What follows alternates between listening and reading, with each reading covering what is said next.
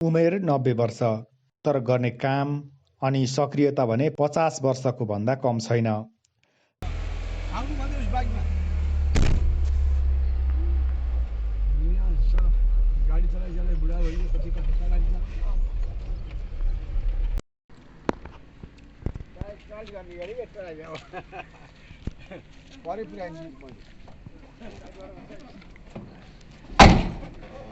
भारतको आसाममा बस्ने चन्द्रमणि भुषालको नेपाल घर अर्घाखाँची हो।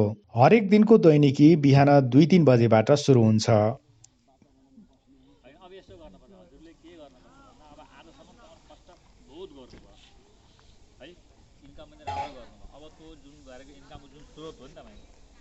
अलि दिन अब 8-10 वर्ष जति भगवानले राख्नुहुन्छ यहाँ, त्यति बेलासम्म यसो बसेर त्यो कमाएको चिजलाई यसो 90 वर्षको उमेरमा 4 पाङ्ग्रे सवारी साधन मात्र होइन, 2 पाङ्ग्रे सवारी साधन आफै चलाएर हुइकिनुहुन्छ। बरु चस्मा लगाएर भने सकिन्नाले झिलमिल हुन्छ, खोलेपछि क्लियर हुन्छ। हिजो पनि बेलबासतिर गए। यति सक्रिय हुनुको कारण चाहिँ कर्म र भगवानको कृपामा विश्वास गर्नुहुन्छ। कर्म अनुसार हुन्छ। आफ्नो कर्ममा पहिले जन्ममा के कर्म गरिएको थियो, शुभ कर्म अशुभ कर्म भएरै किसिम कर्म हुन्छन्। पहिले जन्ममा के गरिएको थियो, अहिले वर्तमानमा जन्ममा के गरिएको छ।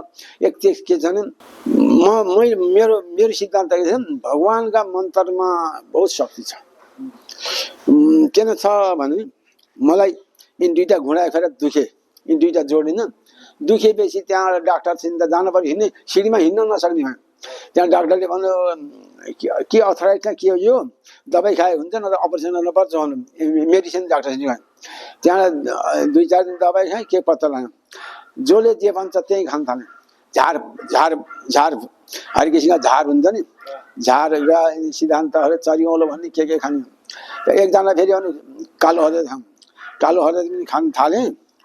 त्यसले अरू भगवानका मन्त्रहरू यसो भगवानका कोही मन्त्र हुन्छ। अब हनुमानजीका नि कोही मन्त्र छन्, इत्यादि मन्त्र जप गर्दै जाँदाखेरि भगवानको प्रसादले गर्दाखेरि यो शरीर त्यसै अटोमेटिक सिक भयो। छोडेको मैले 40-50 वर्ष भयो भने, 30-35 वर्षदेखि भात खान छोडेँ। के भने घरमा भात खाने, अन्त नखाने, अरे घरमा खाने हाम्रा नखाने माथिको भन्छन् होइन र। घरमा नखाइ त कसैले भन्न पाएन। भात खान छोडेको मैले 2-4 वर्ष चौमासा व्रत गर्ने भन्यो, पूजा गर्ने, एकादशीका व्रत गर्ने, चौमासामा बसियो। त्यहाँ पनि खाना छोडेँ। त्यहाँदेखि खाना छोडेँ, भात खान छोडेँ। त्यहाँबाट मैले रोटी मात्रै खाने, भात नखाने। बिहान उठेदेखि फेरि हाम्रो खाजा भन्छ, खाजा खाने चलन मेरो छैन। जति बजे हुन्छ 10-11 बजेतिर जति रुच्छ उति रोटी खाऊ, बेलुकी पनि जति रुच्यो खाऊ, अरू पछि खाने नै। रोग त शरीरमा रोग अहिलेसम्म नराम्रो रोग कुनै किसिम हुन्छ नि, कुनै किसिमको नराम्रो रोग भन्ने अझैसम्म छैन। अहिले त कहिले पीडा उठ्ने, कहिले ज्वरो आउने, सामान्यत यो त हुँदै हुन्छ। न त सर्दी लाग्यो मैले त कहिले दबाई खानु, मैले सर्दी लाग्यो भने आजसम्म दबाई खाएन। मैले बाहिर कि डाक्टरको दबाई खाएन। अनि हस्पिटल भर्ना परेछ? हस्पिटल कुनै हस्पिटलमा म दबाई खान्न त हस्पिटल जाने किन? म दबाई जान अस्ति त यहाँ एउटा ठुलो पिलेको थियो, हस्पिटलमा जानु पर्यो। त्यहाँबाट गऱ्यो, त्यहाँबाट जे होस् यसो अलिअलि काटेर निचा गरिदियो, तर त्यसै सन्चो भयो। भात मान्छेले धेरै खाएपछि रोग आउँछ। मान्छेले जे आफूले कस्तो छ भने अकस पकस खाइए त भित्रको त्यो